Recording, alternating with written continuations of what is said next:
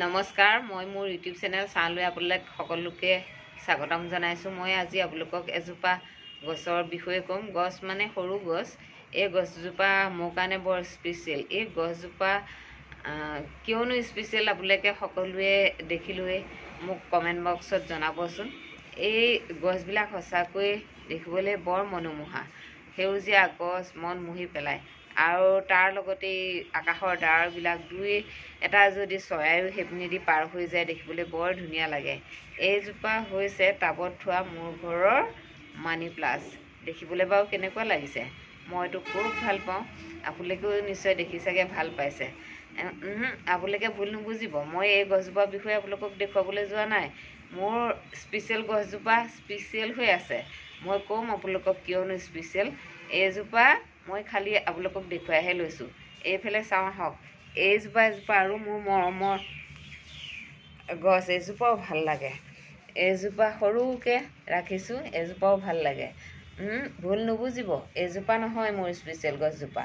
মই আপোনালোকক জাষ্ট দেখুৱাইছোঁহে। আপোনালোকে বাৰু কেনেকুৱা পাইছে? ভাল নিশ্চয় দেখিছে। মই যিদৰে ভাল পাওঁ আপোনালোকেও চাগে ভাল দেখিছে। আৰু এইজোপা চাওকচোন, এজোপা কেনেকুৱা লাগিছে? এজোপাও ভাল লাগিছে নহয়নে? এজোপা যেতিয়া মাটিত দিয়া হয় গছজোপা খুব ডাঙৰ হয়, টাবতো ডাঙৰ হ'ব ছিজন লৈ পেলাই, খুব ডাঙৰ হয় আৰু যেতিয়া ফুলবিলাক ফুলি থাকে দেখিবলৈ বৰ ধুনীয়া লাগে। আপোনালোকৰ নিশ্চয় ভাল লাগিছে, মোৰো ভাল লাগিছে। ফুলিছিলে, এতিয়া মাত্ৰ এয়াহে আছে। তাকে দেখুৱাই মই সন্তুষ্ট লাভ কৰিছোঁ। মোৰ স্পেচিয়েল গছজোপা কিন্তু এজোপাও নহয়। আহক এইবাৰ আপোনালোকক লৈ যাওঁ জাষ্ট মোৰ সেই বিশেষ স্পেচিয়েল গছজোপালৈ।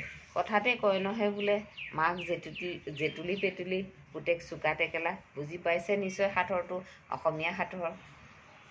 এইয়া চাওক আহক, এয়া জেতুলি পেতুলি মাকৰ চোকা টেকেলা কিমান আছে চাওক। মোৰ গছজোপা হৈছে এইজোপা। ভাবিলোঁ ভিডিঅ' এটা কৰি সকলোৰে লগত শ্বেয়াৰ কৰি দিওঁ।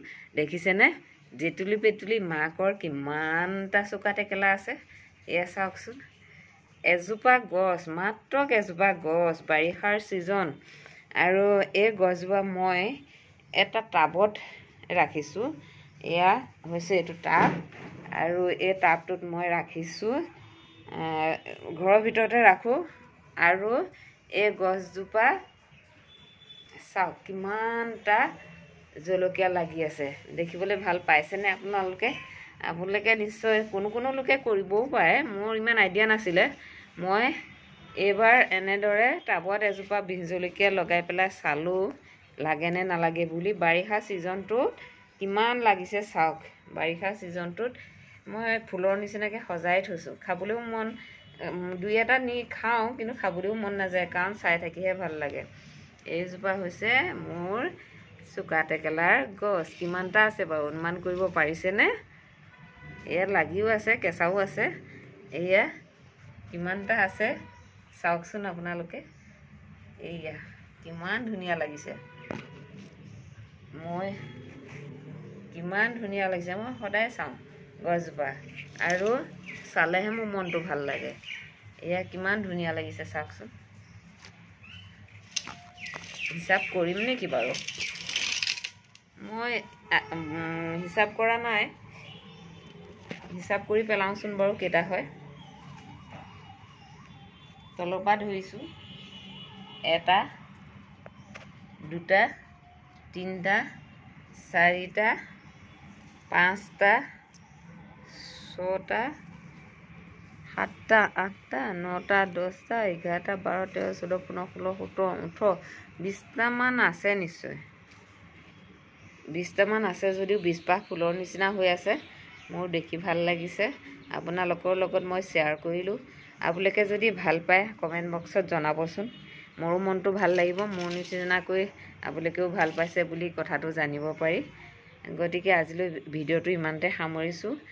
আৰু মোৰ ঘৰৰ এই জলকীয়া এজোপা সঁচাকৈ আপোনালোকে কেইদিনমানৰ কাৰণে হ'লেও মনত ৰাখে যেন। এই শেষত মই এইকেইটা জলকীয়াৰ ফটোৰে মই মোৰ ভিডিঅ'টো সামৰণি মাৰিছোঁ।